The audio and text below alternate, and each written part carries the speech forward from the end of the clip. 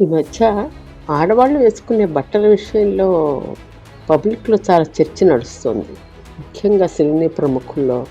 కొందరేమో కొన్ని అభ్యంతరకరమైన మాటలు మాట్లాడుతూ, దాచుకోకుండా వేసుకోకూడదని, మర్యాదగా ఉండాలి.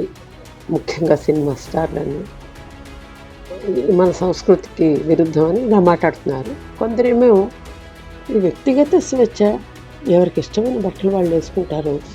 నువ్వెవరు చెప్పడానికి?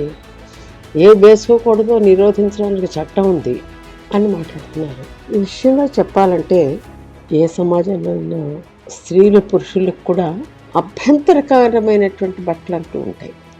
ఏవైతే బయట వాళ్ళ మనసులో చూసేవారి మనసులో మన పబ్లిక్గా తిరిగేటప్పుడు ఉద్రేకాలకు తావిస్తాయో అలాంటి బట్టలు మనం వేసుకోకూడదు. స్త్రీలైనా పురుషులైనా.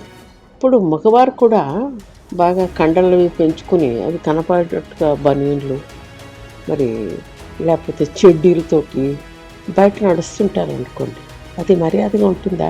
మేము ఇలా కారులో పోతాము, ఇట్లా వాకింగ్ పోతాము, మరి స్లీవ్లెస్ బనీన్లు వేసుకుంటాము, చెడ్డీలు వేసుకుంటాము, తొడలు కనిపించేటట్టు నడుస్తాం అని అంటే బాగలేదు బాబు, మంచి బట్టలు వేసుకో అని చెప్తారు.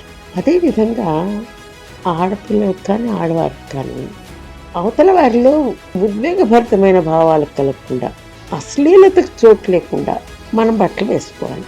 అంటే ఏది సెక్స్కి సంబంధించినటువంటి అవయవాలు ఉంటాయో మన శరీరంలో వాటిని బహిర్గతం చేసుకోకుండా బట్టలు వేసుకోవాలి. బట్టలు ఎందుకు వేసుకుంటామండి? ఒకటి వేడి నుంచి చలి నుంచి రక్షించుకుంటాం.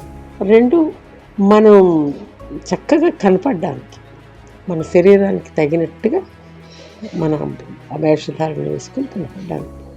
చీరే కట్టుకోవాలి, లేకపోతే చూడీదారు అవే వేసుకోవాలి అని ఏమీ లేదు. ప్యాంటు టీషర్టు వేసుకుని చక్కగా ఆఫీస్కి వెళ్ళే మహిళలు చాలా మర్యాదగా పెడతారు, గౌరవంగా పెద్ద పెద్ద పొజిషన్స్లో ఉన్నారు.